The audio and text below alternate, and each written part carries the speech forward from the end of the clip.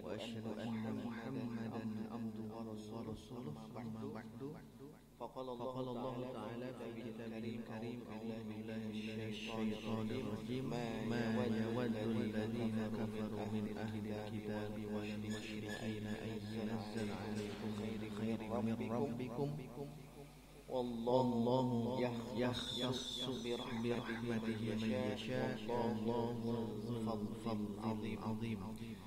Hadirin ikhwatu iman rahimakumullah, kajian tafsir di kesempatan kali ini kita akan meneruskan ayat berikutnya ayat 105 setelah di awalnya yaitu ayat 104 Allah melarang kaum mukminin untuk tasyabbuh terhadap orang-orang kafir baik ucapan ataupun perbuatan. Jadi di ayat la taqulu ra'ina wa qulu wasma'u ini ingin menjelaskan tidak bolehnya tasyabbuh. Kemudian tujuan dari ayat itu kata Ibnu Katsir ringkasannya Allah Ta'ala nahal mu'minina an musyabahatil kafirina qawlan wa fi'lan. Jadi Allah melarang orang-orang mukmin menyerupai orang-orang kafir qawlan wa fi'lan, baik ucapan ataupun perbuatan. Dan Ibnu Katsir menyodorkan dua hadis. Yang pertama riwayat Imam Ahmad dari sahabat Ibnu Umar, man tashabbaha biqaumin fahuwa minhum. Yang kedua dari riwayat Abu Daud dan itu sama man tashabbaha biqaumin fahuwa minhum. Siapa yang tasyabbuh, siapa yang menyerupai dengan kaum maka orang tersebut masuk ke dalam kaum tersebut. Artinya ini tidak boleh tasyabbuh. Nah, setelah itu Imam Ibnu Katsir menyodorkan tentang nasihat Abdullah bin Mas'ud kepada seseorang di mana dia ingin berikan nasihat. Kemudian Ibnu Mas'ud memberikan arahan, kata beliau idza sami'tallaha yaqulu ya ayyuhalladzina amanu, jika Anda mendengar Allah berfirman ya ayyuhalladzina amanu fa'ariha sam'aka, maka pasang telingamu, pasang pendengaranmu, regepkeun di urang. Nah, kedah diterangkan fa innahu khairun ya'muru bih. Karena mungkin itu adalah kebaikan yang Allah akan memerintahkan itu kepada kita. Atau syarrun yanha anhu, atau keburukan, kejelekan yang Allah ingin melarang kalian jangan terjerumus. Maka ini ibrah kalau kita mendengar membaca ya ayyuhalladzina amanu, maka sebaiknya kita fokus ya. Dan kenapa dimunculkan yang ini? Karena kata ya ayyuhalladzina amanu itu pertama kali di ayat yang ini ya, ayat 104 mulai dari ya ayyuhalladzina amanu di surah Al-Baqarah. Maka pas ya jika Ibnu Mas'ud menjelaskan kalau Anda mendengar Allah berfirman ya ayyuhalladzina amanu, maka perhatikan dengan seksama fa innahu khairun ya'muru bihi, karena itu adalah kebaikan yang akan Allah perintahkan kepada kalian, au syarrun yanha anhu, atau keburukan yang Allah akan larang dari keburukan. Nah, setelah itu baru menjelaskan makna ro'ina panjangnya. Tapi kesimpulannya makna ro'ina itu adalah makna istihza, makna atau kata yang digunakan untuk memperolok-olok Nabi. Memang sahabat mengatakan ro'ina itu maksudnya untuk Rasul menjaga kami, Rasul membimbing kami. Tapi menurut orang-orang Yahudi, kata ro'ina itu adalah kata yang perolokan. Ro'ina, gembalalah kami. Ada yang lain. Oleh sebab itulah, walaupun sahabat membaca atau menyebutkan ro'ina maksudnya positif, tetapi karena orang-orang Yahudi mengatakan ro'ina itu negatif, maka agar tidak sama dengan mereka, maka Nabi melarang la taqulu ro'ina. Jangan kalian mengatakan ro'ina wa qulu, tapi ucapkanlah unzurna wasma'u. Nah itu agar tidak tasyabuh, agar tidak menyerupai mereka. Dan ini ibrah pelajaran bagi kita. Jika kita ingin tidak sama dengan mereka, maka pelajarilah amalan-amalan yang dilakukan oleh orang-orang Yahudi, orang Nasrani, orang Majusi, atau mungkin kalau kita tambahkan Hindu, Buddha, Konghucu, jangan sampai nanti kita terjerumus menyerupai mereka. Ada buku yang bagus untuk dipelajari oleh iman. Nama bukunya adalah Parasit Akidah. Karya Ustaz Marsedek, Allahu Yarham. Jadi itu satu buku yang sangat bagus dan lengkap, yang sulit untuk didapatkan yang lain. Judulnya Parasit Akidah. Bagaimana akidah itu ada benangnya, dan itu bagian daripada hasil atau dari turun-temurunnya amal-amal bahkan akidah orang-orang terdahulu. Hindu, Buddha itu beliau fokus di situ. Jadi buku yang sangat dianjurkan Parasit Akidah. Nanti telaah jangan sampai kita terjerumus mengikuti ajaran Hindu misalnya. Karena di Islam tidak ada, kita ikut-ikutan. Ternyata itu sisa agama kultur, sisa agama terdahulu dan diadopsi oleh kaum muslimin seolah-olah ya bagian dari umat Islam. Itu justru seolah-olah bagian dari ajaran Islam. Justru itu adalah sesuatu yang harus kita hindari. Jadi kita belajar tauhid, juga belajar syirik nanti. Kita belajar sunnah, juga belajar bid'ah, harus tahu syirik, amal buruk harus tahu untuk apa? Karena kebalikannya itu akan jelas segala sesuatu. Ada kaidahnya. Bid'ah tatamayyazu al-asya'a. Jadi dengan kebalikannya akan menjadi jelas segala sesuatu. Kita belajar tauhid, maka kita juga harus tahu belajar tentang kesyirikan agar jangan terjerumus. Nah, ini pun sama ya. Kita belajar hadis yang tadi ya. Man tasyabbaha biqaumin fahuwa, maka kita belajar bagaimana kaum tersebut. Yahudi lah yang sering ya. Yahudi, Nasrani, Majusi itu yang sering.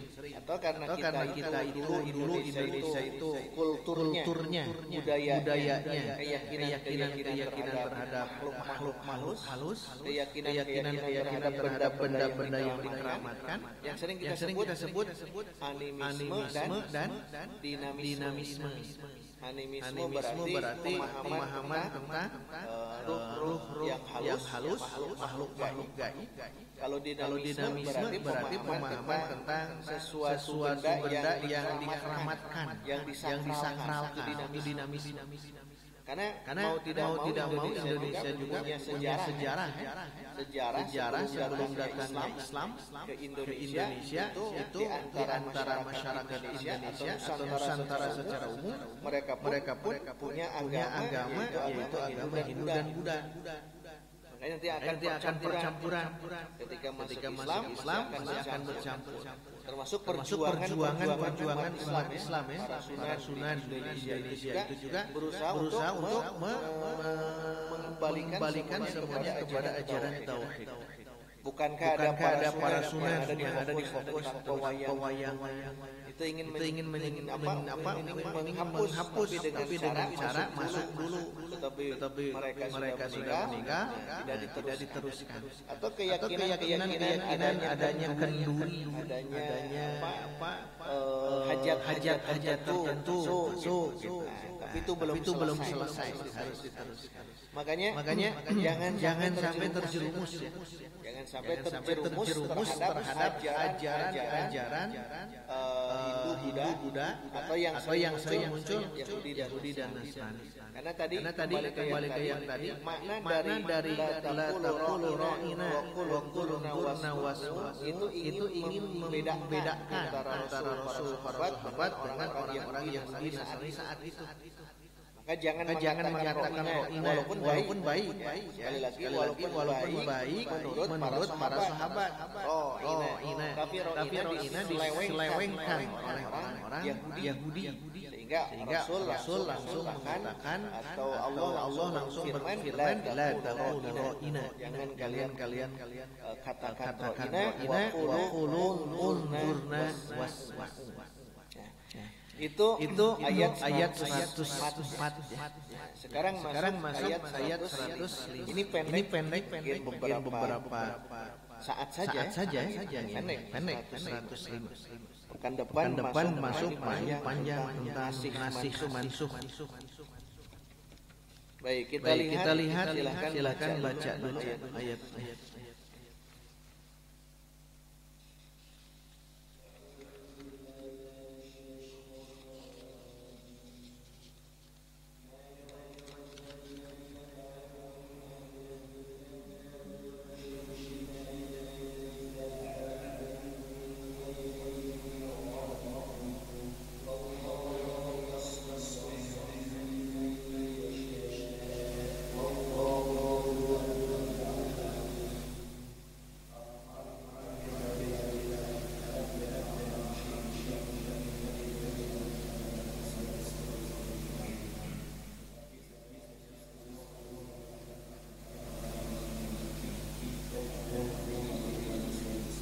Ini jelas ya. Orang kafir dibagi dua. Yang pertama ahli kitab, yang kedua musyrikin. Ini sama dalam surah Al-Bayyinah. Lam yakunil ladina kafaru min ahli kitab wal musyrikin. Jadi orang kafir dibagi dua. Ini juga sama ma yawaduna kafaru min ahlil kitab walal musyrikin. Jadi orang kafir itu ahli kitab dan musyrikin. Dua saja. Jadi di luar Islam, di luar Muslim itu namanya kafir. Dan kafir dibagi dua, ada ahli kitab, ada musyrikin. Cukup itu ya cara memahaminya. Dan nanti kita akan kembangkan kalau ada waktu firqah yang itu harus kita pahami juga. Nah, orang mukmin, orang muslim ya kita ya. Sedangkan orang-orang kafir tadi dibagi dua, ahli kitab berarti ahli atau orang-orang yang mempunyai Alkitab. Menunjukkan berarti mereka itu dulunya punya kitab-kitab suci yang Allah turunkan kepada para nabi dan rasul, diikuti oleh umatnya, maka itu disebut ahli kitab. Dan ahli kitab cukup dua saja. Yang pertama al-Yahudu, yang kedua an-Nasara. Al-Yahudu Yahudi, an-Nasara Nasrani. Kenapa Yahudi disebut ahli kitab? Karena Yahudi punya kitab tersendiri sejak zaman Nabi Musa alaihi salam, Bani Israel, yaitu kitab Taurat. Setelah Taurat nanti muncul kitab Zabur yang dibawa oleh Nabi Daud alaihissalam. Taurat dan Zabur itulah yang menjadikan kitab suci mereka, sehingga tidak aneh Yahudi disebut ahli kitab. Dan sekarang itu berubah menjadi Al-Ahdul Qadim, perjanjian lama. Taurat Zabur itu dipisahkan menjadi istilahnya Al-Ahdul Qadim, perjanjian lama. Nah, sedangkan kehadiran Nabi Isa alaihissalam membawa syariat yang baru, yaitu kitab Injil. Kitab Injil ini yang mereka sebut adalah Al-Ahdul Jadid, perjanjian baru. Jadi perjanjian baru itu Injil, perjanjian lama itu Taurat, Zabur, dan orang-orang kafir menggabungkan dua kitab itu. Maka dalam satu kitab, dan itu ada dibagi dua, satu perjanjian lama biasanya menceritakan tentang kisah-kisah terdahulu, kisah-kisah para nabi. Kalau tidak salah di sini juga ada. Oh, di situ ya ada. Jadi ada Alkitab yang mereka susun, atau Bible kalau bahasa merekanya. Nah, adanya Bible itu ada dua bagian. Satu Al-Ahdul Qadim, perjanjian lama. Yang kedua Al-Ahdul Jadid, perjanjian baru. Dan itu dikumpulkan oleh mereka, jadilah Injil atau jadilah Bible. Dan mereka sering menelaahnya di hari Ahad ya. Ditelaah itu setiap hari Ahadnya. Nah, kembali ke yang itu, bahwa kenapa Yahudi disebut ahli kitab? Karena Yahudi punya Taurat, punya Zabur. Kenapa Nasrani disebut ahli kitab? Karena punya Injil. Tetapi sungguh disayangkan, Injil sudah ada perubahan.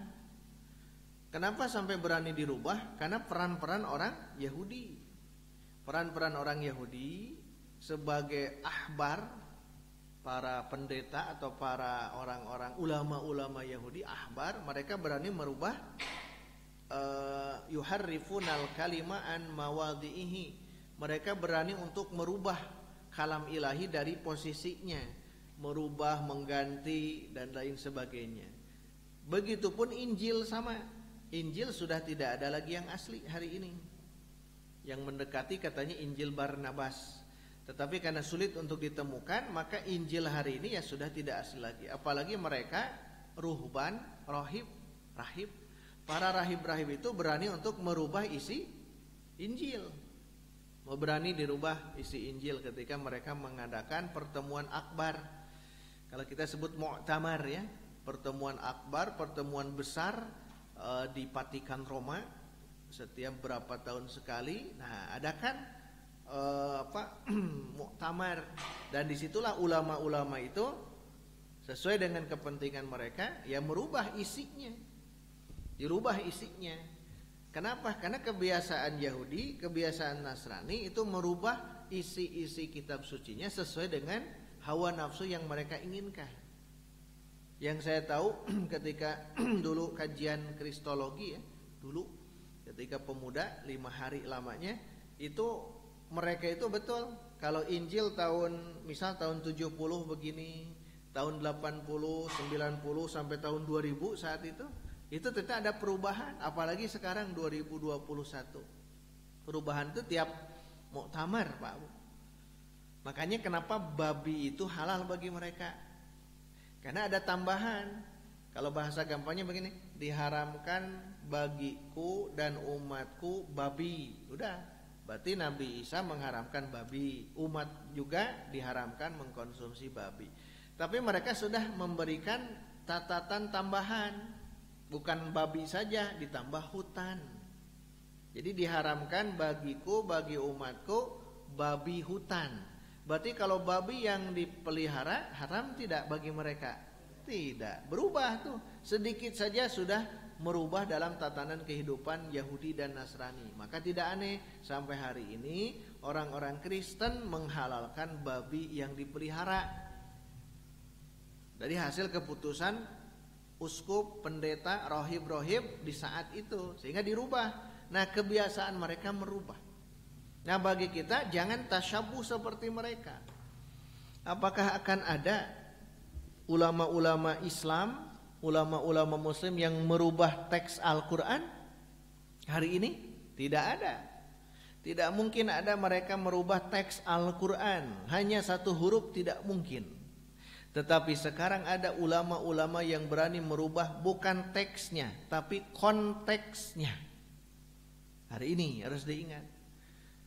Kenapa? Karena mereka ulama-ulama Islam yang tanda petik yang saya sering tegaskan itu ulama su di akhir zaman. Ulama-ulama su itu ulama-ulama yang buruk, ulama-ulama yang tidak baik, yang menghalalkan yang haram atau mengharamkan yang halal.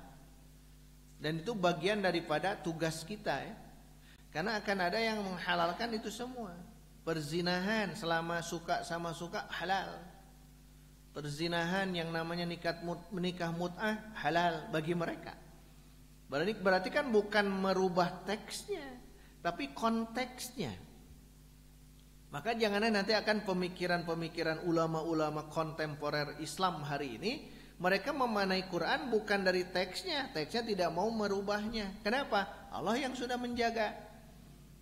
Allah yang sudah menjaganya. Menjaga dari apa? Dari penyimpangan teks-teks ini. Nah, tugas mereka itu dengan cara apa? Menafsirkan gitu.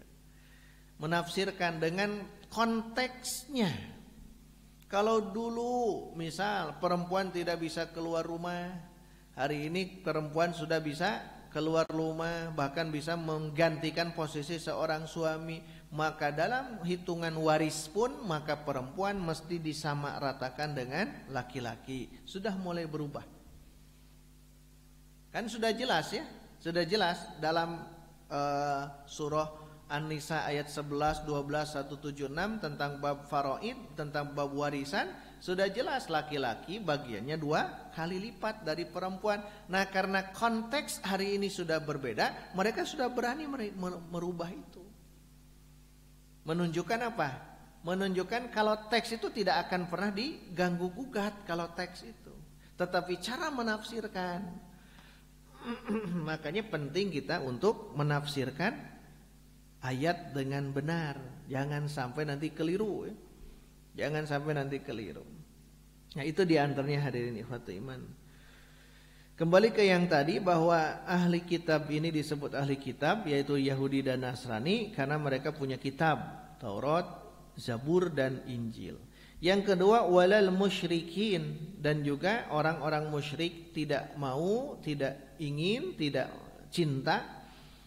Orang musyrik itu orang-orang di luar yang tadi ya. Jadi misal orang Hindu, Buddha kan tidak punya nabi. Tidak punya nabi, tidak punya kitab suci yang Allah wahyukan kepada para nabi. Konghucu sama. Atau orang-orang itu Arab jahiliyah itu masuk ke musyrikin. Dan musyrikin bagian dari kafirin. Ahli kitab kafirin, musyrikin juga kafirin. Dan ini tegas dalam Quran. Jadi tegas dalam Quran, kafir itu hanya 2, ahli kitab dan musyrikin. Kalau di luar Yahudi dan Nasrani masukkan saja ke musyrikin, termasuk agama-agama yang lain. Agama-agama yang lain jika ada ya, misal mereka para penyembah matahari seperti negara Jepang, itu masyarakatnya mayoritas penyembah matahari, Shinto ya. Nah, itu masuk ke musyrikin. Atau para penyembah bintang, para penyembah gunung, para penyembah laut dan sebagainya, masukkan saja ke sini musyrikin. Maka surah Al-Bayyinah itu sangat jelas ya. Lam yakunil ladzina kafaru min ahlil kitab wal musyrikin munfakkina hatta ta'tiyahumul bayyinah. Setelah masuk hadir Al-Bayyinah, siapa? Rasulun minallahi yatslu suhufam mutahharah. Kemunculan Nabi Muhammad ingin menjelaskan ini semua. Bayyinah menjelaskan ini semua. Jadi jelas gitu, Yahudi dengan Yahudi Nasrani dengan kitab suci mereka oleh Nabi dibenarkan. Musaddiqal lima baina yadayhi. Rasul membenarkan adanya Injil atau sebelumnya adanya Taurat, adanya Zabur, adanya Injil, itu membenarkan. Sangat dibenarkan. Tetapi bukan jadi syariat. Rasul membenarkan syariatnya yang mana? Ya syariat Islam. Makanya ini mayawaddu, tidak suka. Yawaddu itu mawaddah bu. Mawaddah itu apa? Cinta. Wadda yawaddu wuddan atau mawaddatan. Mayawaddu, tidak akan mawaddah, tidak cinta. Orang-orang kafir, yaitu ahli kitab dan orang musyrik, apa yang tidak mereka cintai? Apa yang mereka tidak sukai? An yunazzala alaikum, diturunkan kepada kalian, kepada kita berarti ya, min khairin, kebaikan. Min di sini min zaidah ya, tambahan. Ingin menegaskan turun kebaikan, bukan sebagian kebaikan. An yunazzala alaikum min khairin min rabbikum, diturunkan kebaikan dari Tuhan kalian, dari Rabb kalian. Artinya orang kafir tadi tidak suka kalau diturunkan khair kepada kalian. Nah, jadi pertanyaan besarnya, nah bet bungan gitu. Nah bet bungan teresep gitu. Kalau turun kebaikan kepada kita. Nanti di ayat berikutnya ada dijelaskan nanti semakin mendalam ya. Dan kata kuncinya karena apa? Hasud. Jadi kalau ada orang yang tidak, ada orang melihat si A, di mana si A itu diberikan kelebihan, orang ini tidak mau si A mendapatkan kelebihan itu, tidak mau mendapatkan kebaikan. Lihat si A itu, maka orang ini hasud. Ya, hasud, betul-betul dia iri, dengki terhadap orang yang diberikan kelebihan. Makanya mayawaddul ladzina kafaru min ahlil kitab walal musyrikin an yunazzala alaikum min khairim min rabbikum, itu sama dengan al-hasadu. Akarnya di sini Pak Bu. Akarnya hasudnya mereka terhadap kaum muslimin. Hasudnya orang kafir terhadap kaum muslimin. Sampai kapan? Sampai terus nanti. Sampai akhir zaman. Kenapa? Karena saking beratnya atau saking tegasnya, saking kuatnya ya permusuhan mereka. Maka di sini jelaskan ada 2 poin ya. Ibnu Katsir nih bagus menjelaskan. Yang pertama, baca dulu.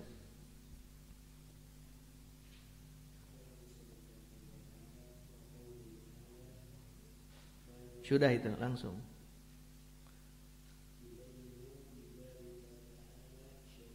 Syiddah. Ada watil.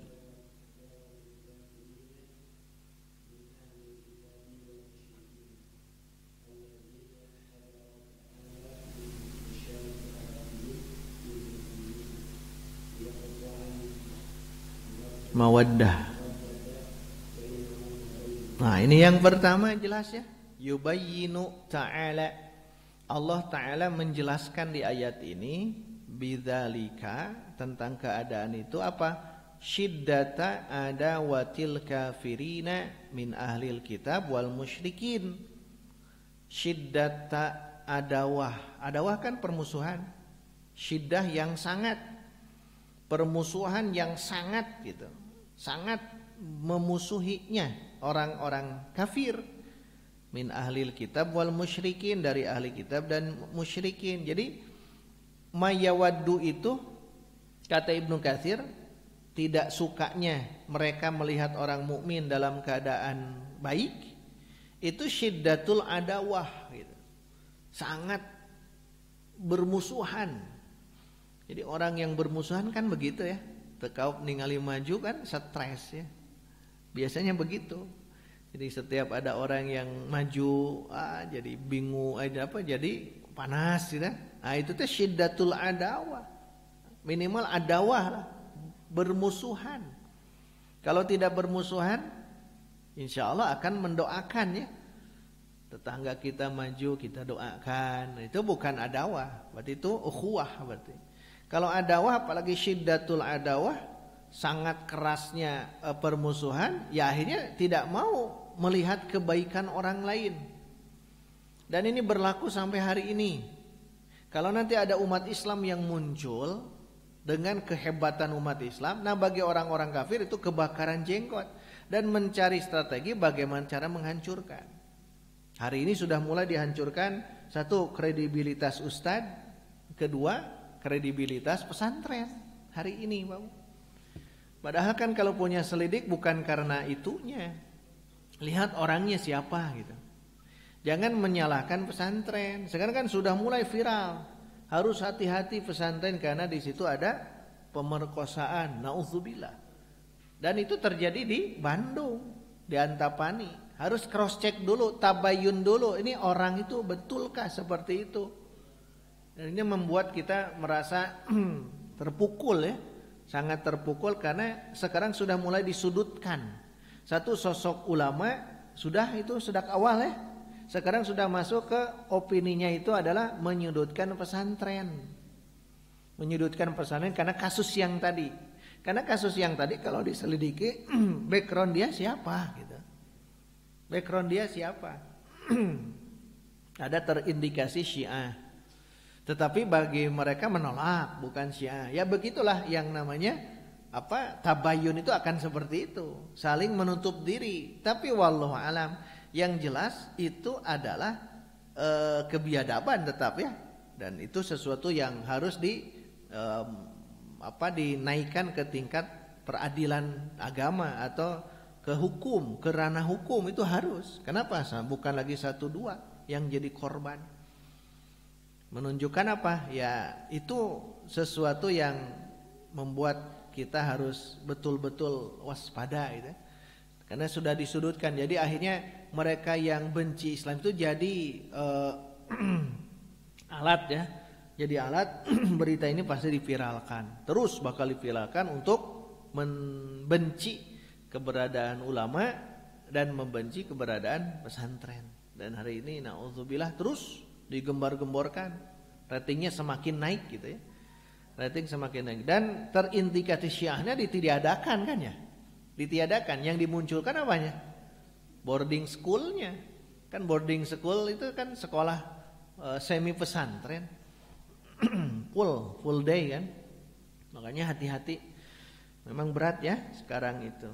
Nah kembali ke yang ini, jadi Allah menjelaskan Allah menjelaskan sangat bermusuhannya orang-orang kafir, baik itu ahli kitab atau musyrikin, kepada orang-orang yang beriman.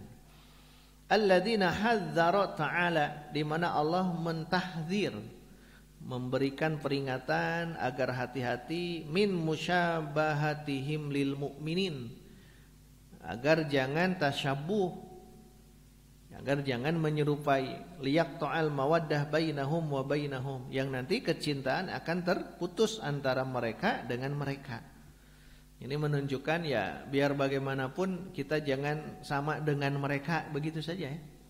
Jangan sama dengan mereka. Itu yang harus kita camkan baik-baik. Apalagi di bulan Desember sekarang, di akhir bulan nanti kan akan banyak syariat-syariat yang harus kita waspadai di akhir zaman atau di akhir tahun itu ya. Ada syariat-syariat yang itu tasyabuh dengan Yahudi, Nasrani dan Majusi. Itu yang pertama. Berarti al-hasadu ya, hasudnya mereka. Al-hasadu nanti di ayat-ayat berikut kita akan bahas ya. Nah, di ayat 109, wadda katsirun min ahlil kitabi law yaruddunakum min ba'di imanikum kuffaran hasadan min indi anfusihim. Nah ini kita akan perkuat di situ ya makna hasadnya. Itu yang pertama. Terakhir yang kedua.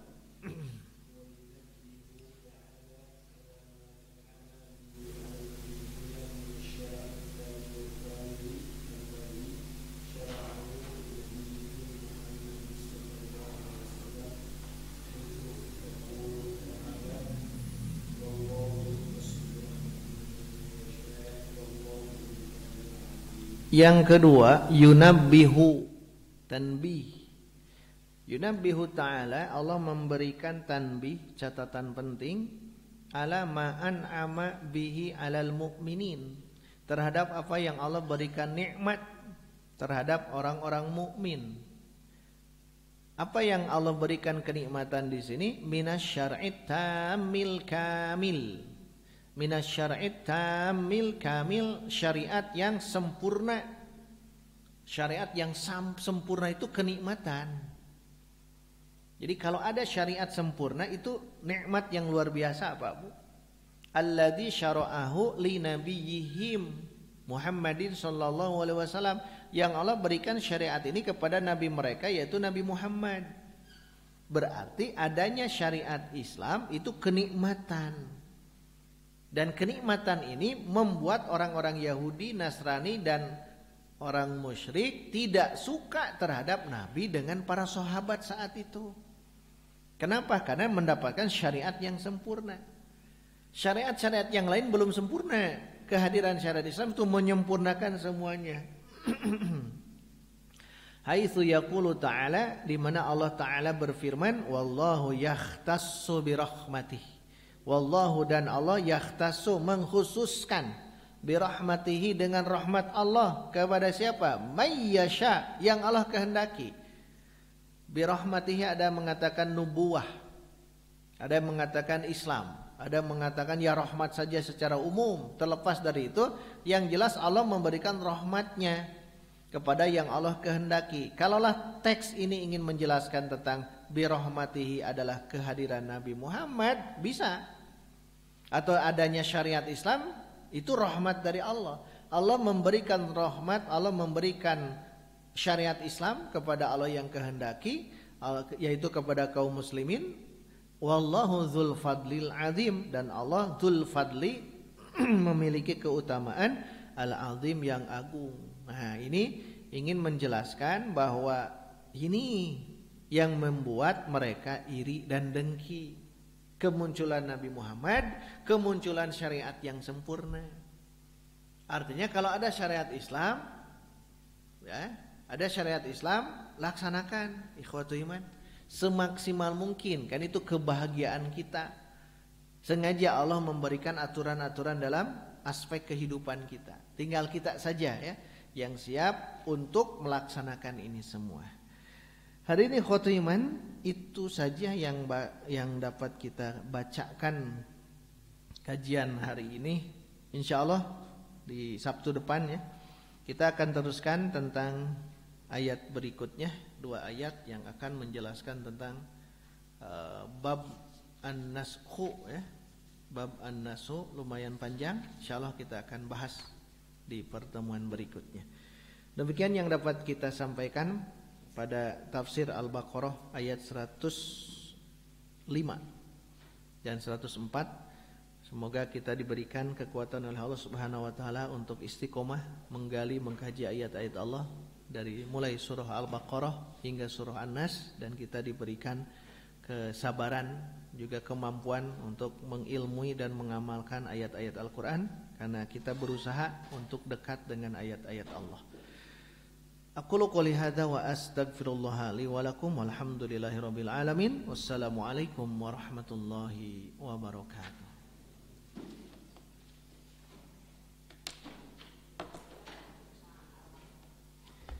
Ibu